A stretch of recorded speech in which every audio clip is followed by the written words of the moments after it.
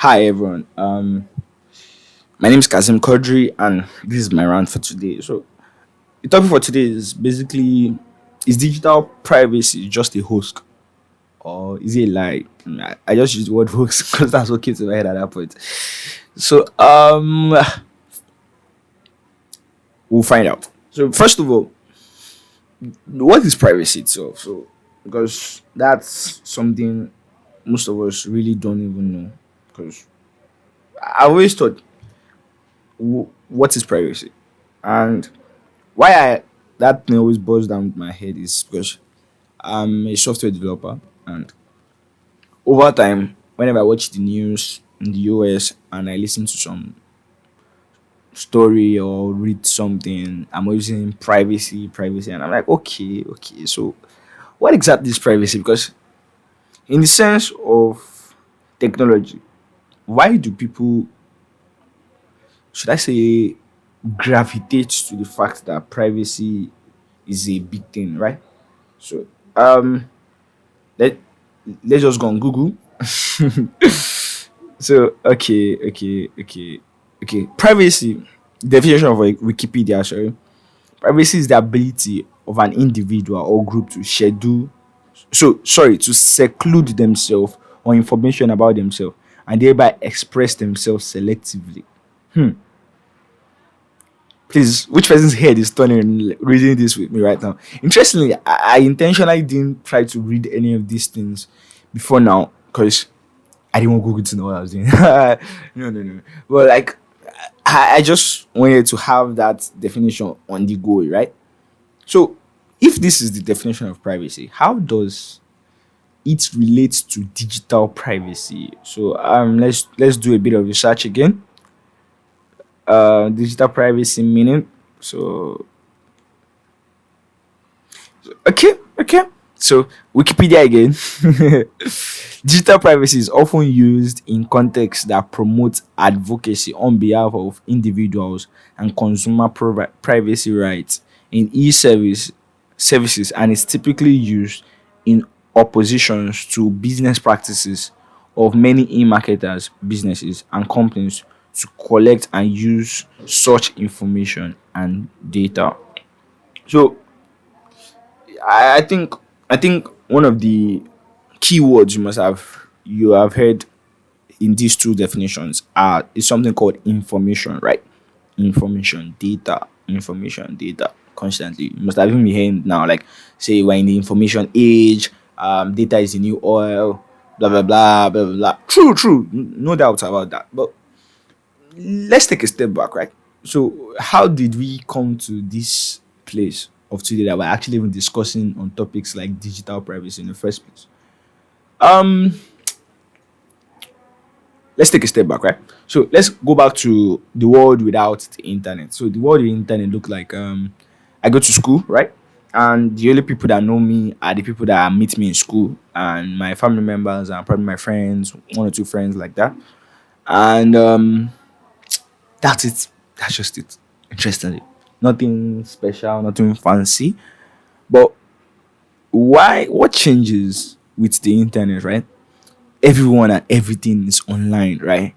And you can easily know meet Kazim without even meeting Kazim. So if you check on my social media platforms, you see my age, my blah blah blah, everything there. And that's it. You can know someone just by reading about the person. But it's different when you come to digital privacy, when you talk about digital privacy, because people are always concerned about what does Google know about me. So what does Google know about me? How does this affect me, right?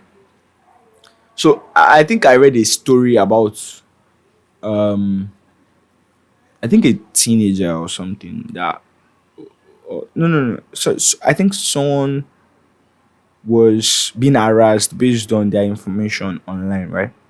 And this is it's really mainstream now. People getting harassed online and all these sort of things happening online. Very true. I understand that this happens. And what came to my mind was okay, so I constantly advocate for people to use the internet constantly because I feel you should. That's the best way to actually live your life. And I also advocate for you to take time off the internet. Interestingly, I most times turn on my data just to have my time. I call it my personal time. So to reflect on things, think, and just unwind. Because most times it's overwhelming when you're on the internet. But the concern of what I've always learned is the fact that countries that really scream about this are countries that, should I say, or people, let me say countries, or people that scream about privacy, digital privacy, are people that, should I say, have something to hide. You might be like, what are you talking about? Like, have something to hide. Everybody has something to hide, true. But I feel you can actually control what information you leave online. Not generally everything, but you can control it. In the sense that um things that happen in my personal life, I mostly don't share it online, right? Or if I would, I'll do it on my podcast, right? Or things happen in my personal life, I find a way to organize it so I know what I share and what I don't share. But interestingly, algorithms are so good that they can actually tell you what's happening in your personal life. So I read something that someone, Amazon knew about. How did the story go? Okay, Amazon knew about a girl that was pregnant before she knew about her pregnancy. And what went to my head was like, wow, artificial intelligence has gone so awesome. And what went to the person writing that article's head was, wow, why would artificial intelligence know that? Like, why should they know that much about someone? Then I figured, okay, so I did a bit of research and I was like, okay, how is this possible?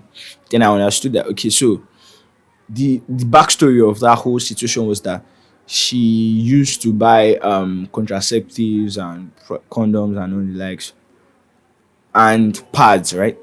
But she didn't get them in time because she wasn't, like, girls menstruate and probably using contraceptives after having sex, right?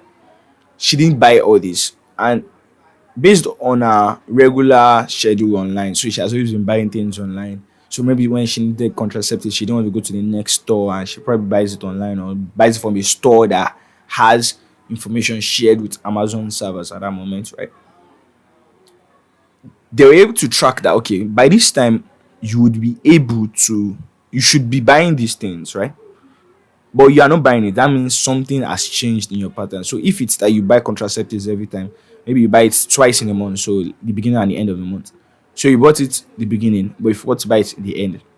And you forget to buy it at the end. You also didn't remember to buy your pads, right?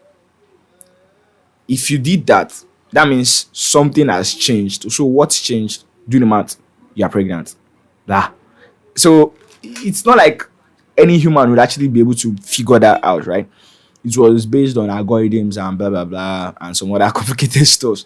But it was able to picture that, okay, so this person is actually pregnant because the person changed pattern. So humans we live and breathe with patterns and flows. So everybody has a pattern of living their life. So like me, most of the time I wake up in the morning, have my bath, brush my teeth, listen to some songs or podcasts or something, coming to work.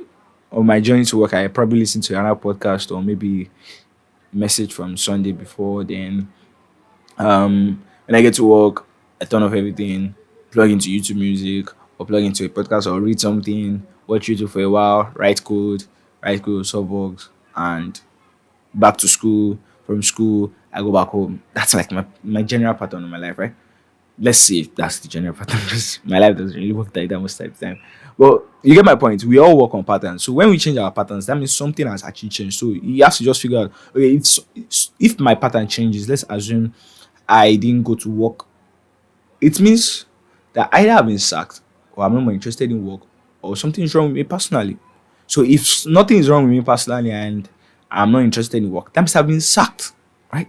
So it's just based on those patterns you can actually predict people, but you can't predict them 100% certain every time. So that's one of the things I could get from that whole situation. It wasn't like sorry to clarify that part. It wasn't like Amazon said, okay, you are pregnant. So just like it started recommending baby clothes and the likes, you understand? So from that recommendation, it made sense that okay, she will be needing this in the next 9 months because she will be giving birth in the next 9 months because she needs to take her drugs. Right.